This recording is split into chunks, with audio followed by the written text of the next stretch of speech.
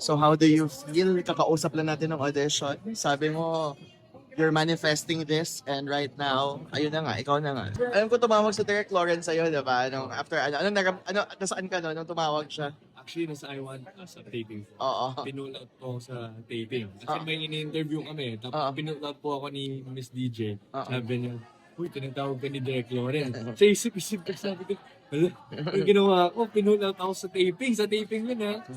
So, sobrang kinakabahan talaga ako nung nakita si Derek Lawrence. Tapos yung unang tanong niya sa akin, sabi niya, na naman, Emilio, ipapahiya mo ba ako?